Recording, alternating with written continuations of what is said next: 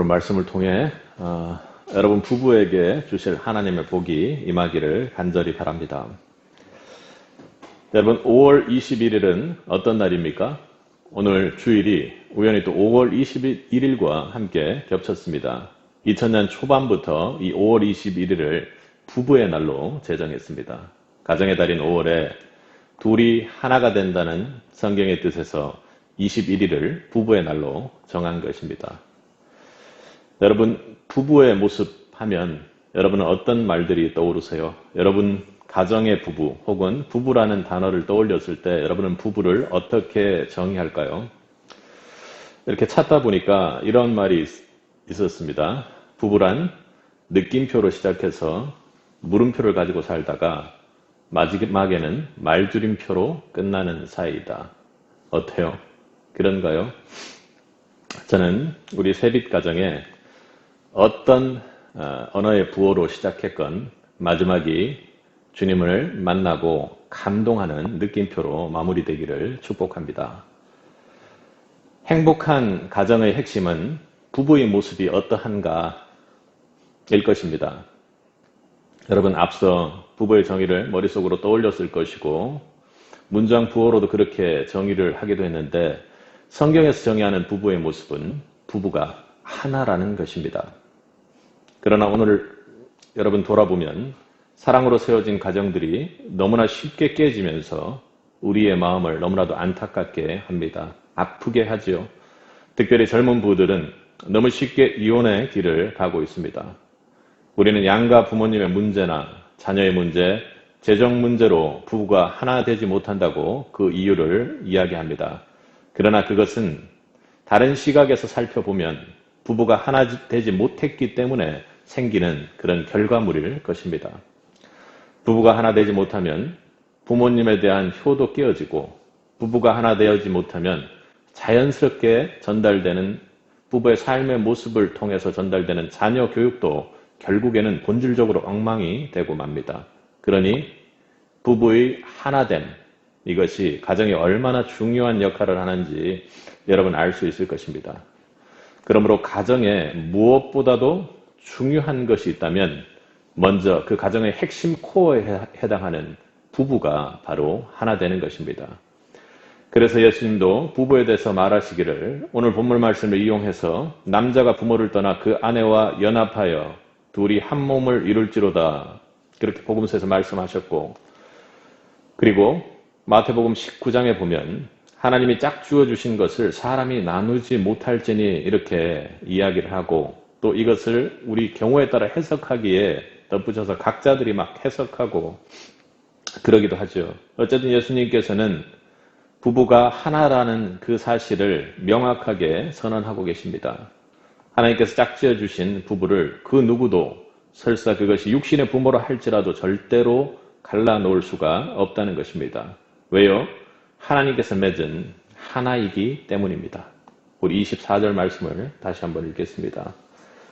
이러므로 남자가 부모를 떠나 그의 아내와 합하여 둘이 한 몸을 이룰지로다. 여러 가지 핵심 구절이 있지만 오늘은 한 몸에 집중해서 우리 부부를 살펴볼 예정입니다. 합하여 둘이 한 몸을 이룬다는 것을 생각할 때 우리는 육체의 한 몸을 생각하기도 합니다. 어쩌면 그것은 정확히 맞는 말씀입니다. 부부 사이의 성적인 교제는 부부가 하나됨을 상징하는 행위라고 할 수가 있습니다. 하나님께서 허락하시고 지금 이 땅을 살아가는 인생들이 법적으로 누릴 수 있는 주요한 특권이며 축복입니다. 그러나 오늘 본문의 한몸됨이라는 말은 단순히 육체적인 차원에서의 하나됨만을 의미하는 것은 아닙니다. 하나님은 자기 형상대로 사람을 창조하셨습니다. 그러니까 하나됨이라고 이야기할 때 그 어떤 것은 단순히 육체적인 것만을 이야기하는 것은 아니라는 것입니다. 자, 우리가 창세기 2장 7절을 보면 어떻게 표현하고 있습니까? 함께 읽어보도록 하겠습니다. 여호와 하나님이 땅의 흙으로 사람을 지으시고 생기를 그 코에 불어넣으시고 사람이 생명이 되니라. 사람이 생명이 되었다고 이렇게 말하고 있습니다. 이는 하나님의 영으로 마음을 가지고 그렇게 해서 마음으로 영으로 움직이는 존재라는 것입니다. 다시 말해 하나님은 우리 각자는 육신뿐만 아니라 영적인 존재로 만드셨습니다. 그러므로 부부는 영적 결합 없이 단순히 육체적인 결합만으로 부부가 되었다고 할 수 없는 것입니다. 부부가 육체로 하나 되고 인간적으로 노력만으로 부부관계를 유지하려는 부부는 결코 하나님이 말하는 참된 하나됨을 이룰 수가 없는 것입니다. 아무리 열심히 일하고 세상적으로 서로를 만족시키고 부를 충족하는 부부가 될지라도 그 부부는 하나님이 기대하는 하나됨을 축복을 경험하지 못할 수가 있습니다. 하나님께서는 하나님께서 지으신 만물을 보시고 기뻐하셨지만 특히나 아담과 하와를 만드시고 나서 심히 기뻐하셨습니다. 그들이 하나 되어 벌거벗고도 서로 부끄러워하지 않는 모습, 그렇게 잘 어울려 하나 되는 모습이 참으로 보기에 좋았습니다. 그러므로 부부가 하나 되게 사는 것은 부부 각자에게 복이 되는 것은 물론이요. 그리고 그 부부에게 복이 되는 건 물론이요. 하나님께도 영광이 됩니다.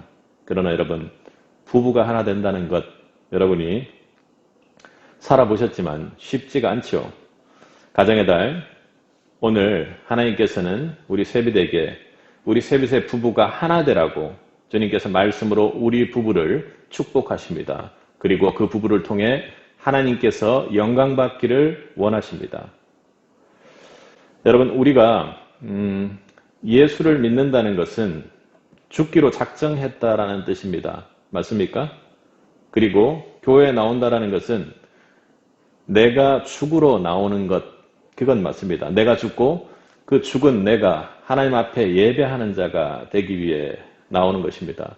여기 이 예배당에 오신 분들 모두 서로 속마음으로 참 죽으러 오셨군요. 이렇게 인사하시면 좋겠습니다. 성도는 죽기 위해서 도전하는 사람들입니다. 예수님이 나를 위해 십자가에 죽으실 때 나도 함께 죽은 것입니다. 이전에는 내가 자아가 살아 있었지만 이제 나는 죽고 내 안에 주님이 되어 그 주인이 나를 살게 하는 것입니다. 여러분, 부부가 왜 싸웁니까? 여러 가지 이유가 있겠지만 가장 핵심적인 이유를 들려면 부부 사이에도 서로 자기가 죽지 않으니까 작은 일부터 싸움이 끊이질 않습니다. 남편이 미용실을 다녀오는 아내의 머리를 보고서 갑자기 화를 벌컥 냅니다. 아니, 어떻게 나에게 말도 한마디 없이 머리를 그렇게 싹둑 몇 배나 되는 길이를 자르면 어쩌자는 겁니까? 그러니까 아내가 어때요? 황당하다는 표정으로 그렇게 대꾸합니다. 그러는 당신은 왜 나하고 한마디도 없이, 한마디 상의도 없이 그렇게 대머리가 되셨나요? 어때요? 자아가 죽지 않으니까 서로를 받지 못합니다. 그냥 싸우려고만 됩니다. 상대방을 자신의 마음대로 지배하려는 이기적인 욕망이 부부 사이에도 가득 차 있습니다. 여러분, 부부가 하나 되기 위해서는 각자가 먼저 죽어야만 합니다. 여러분, 그런데 참으로 놀라운 것은 잘 죽고 성도 중에서도 잘 하다가도 배우자만 보면 죽었던 자아가 아주 생기 있게 살아나는 경험을 많이 했을 것입니다. 남편이 아내를 자기 입맛대로 길들이려고 하면 갈등과 싸움이 무조건 나게 되어 있습니다. 아내가 남편을 자기 마음대로 조정하려고 하면 무조건 분쟁이 생깁니다. 서로 자신의 감정과 뜻을 죽이면 행복한 가정의 모습이 거기에서 시작됨을 여러분 기억하시기 바랍니다. 아이들을 키우는 문제나 집안 행사 때 늘 갈등이 참 많이 일어나지요. 거기에서는 정말로 자아가 함께 살아서 펄쩍펄쩍 소리를 냅니다. 왜 내 의견을 무시하느냐? 아니, 그렇게 당신 생각대로만 하면 애가 잘 크겠느냐? 그래서 잘 커서 당신이 그 모양이냐? 이렇게 갔다가 어떻게 해요? 내 의견대로 하지 않는다고 하고 당신네 집안은 어떠냐 하면서 집안까지 그렇게 하죠. 그리고 어떻게 합니까? 그럼 그 행사 혼자 해라 등등. 잘 될 보장도 없지만 끝까지 자기 고집을 꺾지 않다가 결국에는 감정이 상하고 서로에게 상처를 주고 아무것도 득이 없는 일들을 하고 맙니다. 부부의 하나됨 속에 여러분 결코 간과해서는 안 되는 것이 있습니다. 거기에 각자의 자아가 없어야 한다는 것입니다. 나의 욕심이나 나의 자아가 주도권을 쥐려고 하면 그때부터 부부가 분리되기 시작하는 것입니다. 부부의 갈등, 그 속에 빠져 부부가 헤매일 때 즉시 자신의 자존심과 자신의 고집이라는 그 바람을 빼어버려야 합니다. 그래야만 둘 다 살 수 있습니다. 바람만 빼서 되는 것은 아닙니다. 자신이 죽어야 합니다. 죽으면 그 부부가 삽니다. 우스갯소리로 이것을 일명 김치의 법칙이라고 한다고 합니다. 배추는 5번 이상 죽어야 김치가 되죠. 저도 김치를 한번 담는 시도를 해봤는데 실패한 이유가 뭔지 아십니까? 양념도 좋고 다 맛이 있고 모든 것을 다 갖췄는데 배추가 죽지 않아가지고 실패해버렸습니다. 그렇게 5번 이상 죽어야 김치가 됩니다. 땅에서 뽑힐 때, 칼로 배추의 배를 가를 때, 소금을 절일 때, 그리고 매운 고추와 젓갈, 마늘, 양념에 버무려질 때, 그리고 사람의 입안에서 씹힐 때, 그래서 입안에서 김치라는 새 맛으로 그렇게 거듭나는 것입니다. 행복이란 맛을 내기 위해 부부는 죽고 또 죽고 그렇게 김치처럼 죽어야 하는 것입니다. 부부의 주도권은 우리 가정을 만들어주신 하나님께 있습니다. 그러니까 무슨 말이요? 부부가 죽고 나면 어떻게 사느냐는 거죠. 오늘 말씀하는 것처럼 부부의 주도권은 우리 가정을 지금 한 몸이 되게 만들어주신 하나님께 있다라는 것입니다.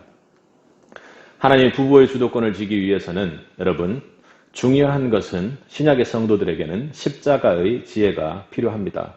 각자가 예수 그리스도와 함께 그렇게 십자가 안에 죽어야 합니다.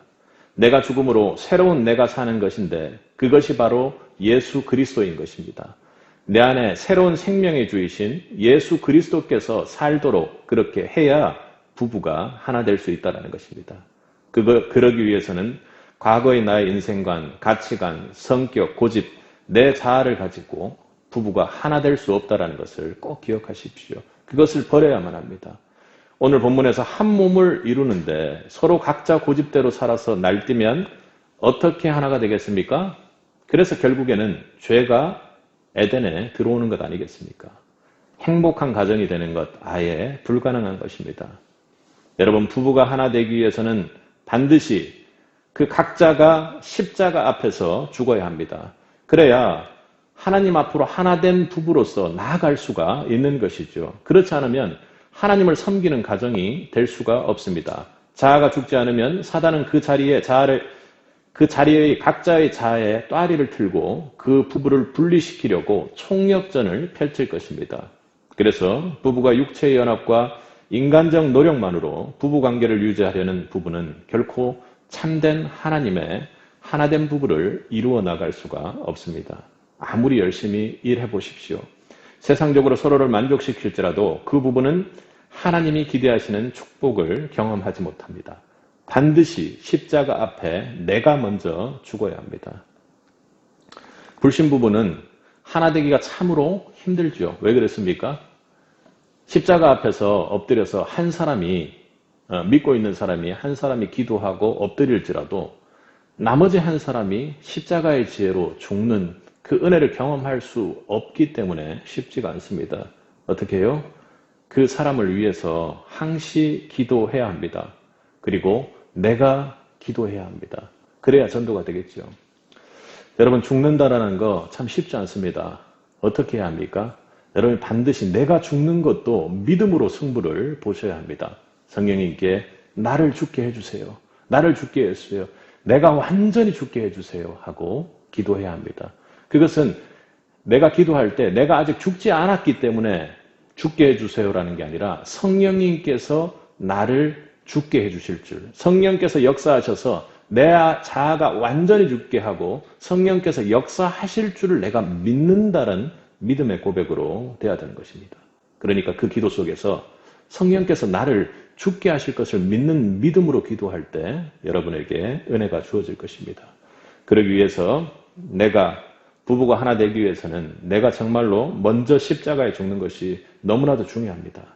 우리 각자가 먼저 십자가 앞에 죽는 은혜가 있기를 간절히 바랍니다. 그런 기도의 은혜가 있기를 바랍니다.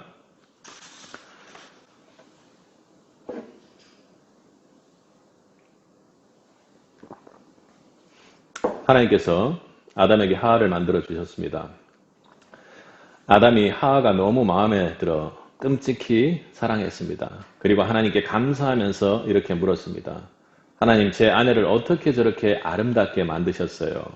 그러자 하나님께서 그래야 욕심 많은 네가 사랑할 거 아니냐 그렇게 말씀하셨습니다. 아니 그럼 어떻게 저렇게 착하게 만드셨어요? 그래야 네가 성질 안 내고 착하게 아껴줄 것 아니냐. 그렇게 기뻐하는 중에 그런데 하나님 가만히 보면 제 아내가 좀 분별력이 부족한 것이 하나 단점이에요. 그런데 하나님 그건 왜 그렇죠? 그러자 하나님이 이렇게 아담에게 답하셨습니다. 아담아, 그래야 하와가 너처럼 부족한 아담 같은 사람을 사랑해서 부부로 하나 되려 할 것 아니냐. 우리의 모습인가요? 우리가 인간관계에서 부딪히게 되는 가장 큰 원인은 상대방의 잘못과 부족을 내가 보고 이를 받아들이기 어렵다는 데 있습니다. 왜 그렇습니까? 기본적으로 상대방의 잘못이 커 보이지 내 잘못은 내가 정확히 알고 있으면서도 그냥 대충 넘어가는 게 사람이죠. 부부 사이에도 이로 인해 서로에 대한 불만이 쌓이고 갈등하게 되는 것입니다. 그런데 여러분 곁에 있는 배우자의 그 부족마저도 하나님께서 창조의 계획 안에서 선하게 사용하심을 믿을 수 있기 바랍니다. 집에 있는 배우자를 생각하면 뭔가 믿업지 못하고 답답해지는 마음이 있으신가요? 당연합니다. 이것은 하나님의 창조가 불안하고 불안정했던 것이 아니라 하나님께서 서로 도저히 맞을 것 같지 않는, 서로가 서로를 인간적으로 맞추면 도저히 맞을 수 없는 사람을 각자에게 부부라는 계획을 가지시고 부부가 하나 되도록 하셔서 하나님의 구속의 역사에 선한 계획대로 사용해 나가시기 위해서입니다. 그러므로 성도는 믿음의 눈으로 배우자를 바라보아야 합니다. 우리 곁에 있는 배우자의 행동을 보면 도저히 용납하기 힘든 경우가 많습니다. 작은 생활 습관부터 그들의 행동 하나하나가 그렇습니다. 아마도 저희 배우자가 저를 봐도 그럴 것입니다. 때로는 너무나도 이기적입니다. 때론 자신은 하지 않으면서 다른 사람에게 어려움을 강요하죠. 같이 신앙 안에 있는 부부라면 말씀으로 상대방을 율법적으로 판단하기가 부지기수입니다. 정말로 원수 같아서 확 한 대 때리시면 안 됩니다. 불같은 마음이 그렇게 올라올 때가 있죠. 그러나 여러분, 나의 배우자는 내가 미워하고 비판하고 정죄해도 되는 그런 존재가 아님을 꼭 기억하십시오. 성도에게는 배우자를 사랑해야 할 의무는 있으나 미워할 수 있는 권리는 없습니다. 성도 곁에 있는 배우자는 예수님께서 피 흘려 구한 귀중한 영혼이기 때문에 그렇습니다. 내가 미워할 수 없는, 내가 판단 내릴 수 없는 존귀한 주님의 자녀입니다. 물론 그 사람의 행동을 보면 정말로 미워하지 않고는 견딜 수가 없습니다. 분이 나도 어떻게 그렇게 크게 나는지요. 내가 그렇게 생각하죠. 내가 그나마 기도하니 내 분이 이 정도에서 멈추지. 미워하고 판단 들고 시험 드는 것이 꼭 어찌 보면 그래 이 정도는 화가 날 수밖에 없어 저 사람 행동을 보면 이렇게 생각할 때도 많을 것입니다. 그러나 여러분 그 화가 치밀어 오를 때 다른 배우자의 모습이 전혀 이해되지 않을 때 여러분 주님이 여러분을 바라보았던 그 시선을 기억하시기 바랍니다. 여러분이 정말로 실컷 죄인 되었을 때 주님께서는 여러분을 바라보셨습니다. 그리고 사랑하셨습니다. 그리고 기꺼이 십자가를 짊어지시고 하늘 아버지께 용서해달라고 그렇게 부탁한 것이 아니라 정말로 죽음 가운데 절규하셨습니다. 여러분 남편을 용서할 수 없습니까? 도저히 불같은 화가 치밀어 오릅니까? 너무 맞지 않다고 판단이 되세요? 그렇다면 그때 예수님께서 십자가에서 여러분을 바라보셨던 그 예수님의 시선, 그 시선의 안경을 여러분 눈에 올려놓으십시오. 예수님께서 여러분의 행동과 죄된 모습을 보지 않고 여러분을 믿음으로 구원하신 것처럼 배우자를 예수님의 시선으로 바라볼 때 그게 바로 부부 안에 가장 필요한 신앙입니다. 그게 지금 우리가 해야 할 믿음, 부부 안에서 믿음의 도전인 것입니다. 십자가 앞에 내가 죽은 성도라면 이제 주님의 그 시선의 안경을 끼고 배우자를 바라볼 수 있습니다. 여러분이 만난 주님의 십자가가 여러분의 시선을 변화시킬 것입니다.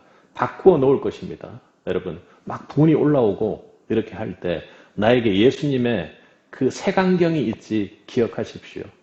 이번 5월 한 달 남은 달 동안 분명히 배우자는 나를 열받게 할 것입니다. 분노하게 할 것입니다. 혹은 아예 대화 자체를 거부하게끔 그렇게 정말 모든 것을 포기하게끔 그렇게 힘을 뺄 수도 있습니다.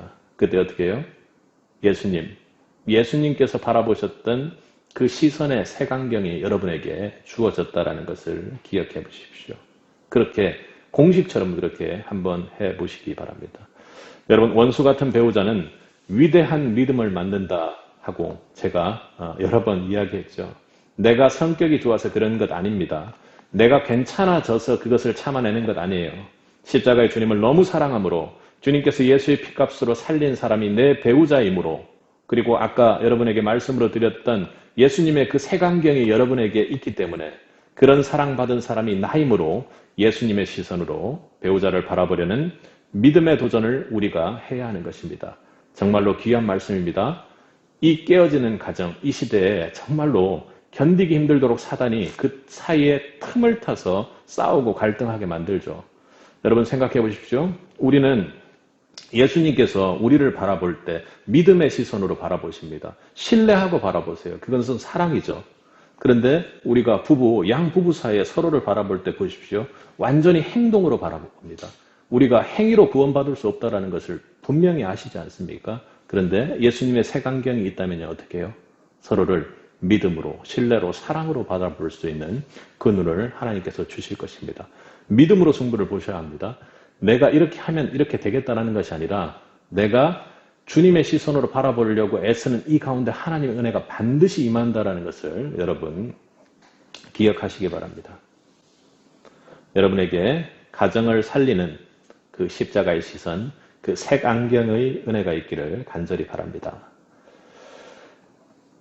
여러분, 부부간 모이는 모임 이렇게 나와보면 때로는 그럴 때 있습니까? 자네 결혼을 참 잘했어. 자네 부인은 자네에게 정말로 가분한 사람이야. 그럴 때 옆에 있던 부인이 물론이죠. 이 사람이 어디 가서 저 같은 여자를 만나겠어요. 그런 사람은 절대 없을 겁니다. 이렇게 얘기하시면 안 되겠죠. 그 부인이 사실 제가 얼마나 결혼을 잘했는지 몰라요. 내 남편, 그리고 혹은 내 아내는 정말 살아보면 살아볼수록 너무나도 더 좋아지는 사람입니다. 그래서 제가 오히려 이 배우자에게, 이 사람에게 항상 고맙게 생각하고 있습니다. 이렇게 얘기한다면 어떨까요? 그렇게 얘기하는 부부들이면 좋겠습니다. 서로에게 이렇게 말할 때 그 가정이 행복한 부부임을 믿습니다. 서로 감사하는 부부, 서로에게 고맙게 생각하는 부부, 그 가정에 하나님께서 반드시 천국을 복으로 주십니다. 부부가 하나 된다라는 것은 누구를 만났는가 하는 것이 아니라 어떻게 사느냐에 달려 있습니다. 얼마나 좋은 조건의 배우자를 만났는가가 아니라 어떻게 서로가 하나님의 뜻을 바라보고 그리고 어려움 속에서도 감사함으로 하나님 뜻에 맞추어 사는가 하는 것이 핵심입니다. 설령 부족한 조건의 상황에서 부부가 만났을지라도 어떻게 불만을 감사로 바꿀 수 있는 지혜를 가지고 살아가는가가 너무나도 중요합니다. 그것이 바로 하나님의 은혜임을 여러분 마음속에 새길 수 있길 바랍니다. 우리나라 최초의 여성 변호사였던 이태영 여사는 이화여전을 졸업하고 평양에서 아이들을 가르쳤습니다. 그때 평생의 반려인 정일형 박사를 만나 결혼했지만 그녀는 오랜 시간 남편의 옥바라지를 해야 했습니다. 미국 유학까지 하고 온 남편은 항일운동을 한다는 명목으로 항상 일본 경찰의 감시 대상이었던 것입니다. 이태영 여사는 남편의 옥바라지를 위해 이불을 만드느라 밤새 가위질을 하고 낮에는 이불을 이고 집집 다니며 그렇게 팔았습니다. 전차의 삭스를 아끼려고 이불 보따리를 이고 수십 리를 걷는 날이 허다했습니다. 그러나 그녀는 하나님의 비전을 받고 나라를 지키기 위해 일하는 남편을 주신 하나님께 감사함으로 기도하며 옥바라지를 그렇게 이어갔습니다. 남편의 옥살이는 광복이 될 즈음에야 결국에는 끝났습니다. 그런데 감옥에서 나와 아내의 손을 잡은 남편은 눈물을 왈칵 쏟을 뻔했습니다. 아내의 오른손 엄지가 90도로 넘게 뒤로 젖혀지고 검지와 중지도 크게 휘어져 있었던 것입니다. 일제시대 말기 전쟁 무기를 만들기 위해 쇠붙이를 싹 다 끌어다 써서 이불보를 자를 만한 제대로 된 가위를 만들 쇠붙이조차 없었던 것입니다. 그렇게 날이 무디기만 한 가위질을 어찌나 많이 했던지 손가락이 휘어 완전히 기형이 되고 말았던 것입니다. 그동안 아내의 고생이 어떠했는지 그 휘어진 손가락을 갖고 어떻게 눈물을 흘리지 않을 수 있었겠습니까? 정일영 박사는 그런 아내를 주신 하나님께 감사했습니다. 아내에 대한 감사함으로 이제 남편인 자신이 무거운 보따리를 바꿔질 때였습니다. 그렇게 남편의 격려로 이태영 여사는 1946년 33세 나이로 법학 공부를 시작했습니다. 그래서 최초의 변호사가 되었던 것입니다. 훗날 남편 정일영 박사는 외국을 나가거나 멀리 여행을 다녀올 때면 아내를 위해 선물을 하나 꼭 사왔는데 그것이 바로 가위였다고 합니다. 잘 드는 가위 하나를 가져보는 것이 소원이었던 아내의 옛 소망을 그렇게나마 풀어주고 싶었던 것입니다. 너무나도 사랑하고 감사했던 것이죠. 그렇게 해서 나중에 모여진 가위가 200개나 되었다고 합니다. 여러분, 이것이 바로 하나된 부부의 모습입니다. 하나님께 주신 돕는 유일한 배필을 감사함으로 어떠한 조건에서도 섬기는 관계 말입니다. 이렇게 감사함으로 서로를 사랑하는 부부가 하나님이 말하는 참된 한 몸을 이룬 부부입니다. 여러분, 부부가 하나 되기 위해 돕는 배필을 주신 하나님께 감사를 고백하시기 바랍니다. 여러분, 내 아내 때문에 하나님께 정말로 내 남편 때문에 하나님께 진심으로 감사의 고백을 그렇게 터뜨려 본 적이 있는지요? 우리가 길을 가다 보면 공사 중이라는 편말을 보게 되죠. 통행에 불편을 드려서 죄송합니다. 그게 여러분, 저와 여러분을 설명하는 편말이 아닙니까? 저와 여러분 모두 각자 배우자에게 있어 공사 중이고 아주 불안전합니다. 그래서 우리 각자의 배우자가 나 때문에 통행하는데 불편을 겪을 수 있는 불안전한 사람들이란 말입니다. 그래서 우리는 본의 아니게 배우자의 갈 길을 막는 경우도 있습니다. 상처를 줄 때가 있습니다. 우리의 말 한마디가 다른 상대방에게 상처를 줄 때가 많죠. 그러나 서로 이해하고 받아주셔야 합니다. 왜요? 우리 각자가 앞에 내세울 수 있는 편말이 여전히 공사 중이기 때문입니다. 그런데 오늘 우리가 이해하고 인내하고 용납하는 것을 넘어 그 하나님 주신 돕는 배필인 배우자에게 감사함으로까지 믿음의 도전을 해보면 어떻습니까? 지금 우리 부부가 갈등하는 이유가 무엇입니까? 우리 부부가 대화하지 않고 있는 이유가 무엇입니까? 그것은 서로에 대한 감사함이 사라졌기 때문 아닙니까? 그것은 배우자를 돕는 배필로 주신 하나님을 원망하는 행위임을 기억하시기 바랍니다. 우리는 서로를 보면서 내 아내에게, 내 남편에게 감사할 수 있어야 합니다. 나같이 부족한 사람, 그래서 정말로 언제 끝날지 모른다는 그런 공사를 하는 사람과 지금까지 살아준 게 너무 고맙다는 그런 마음을 가질 수 있기를 축복합니다. 당신이 이런 나를 그렇게 버리지 않고 나하고 끝까지 같이 섬기면서 살아준 것 고마워. 그렇게 한번 이야기해 보시면 어떻습니까?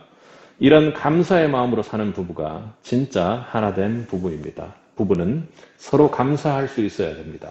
아내에게 감사하고 남편에게 감사하는 마음, 그 마음을 가질 때 하나된 부부로서 정말로 행복해지는 출발점에 설 수가 있는 것입니다. 여러분, 오늘 그리고 이 5월 한 달 동안 여러분 배우자를 위한 가위를 준비해 보시는 것 어떻습니까? 진짜 가위를 사시면 안 됩니다. 모든 부부들이 나를 살리신 십자가 주님 앞에 내 자아를 매일 죽이는 연습을 하셔야 합니다. 그것을 앞서 말했듯이 성령님께 구하고 성령께서 나를 반드시 죽게 하신다라는 그 믿음을 가지고 기도해 나가셔야 됩니다.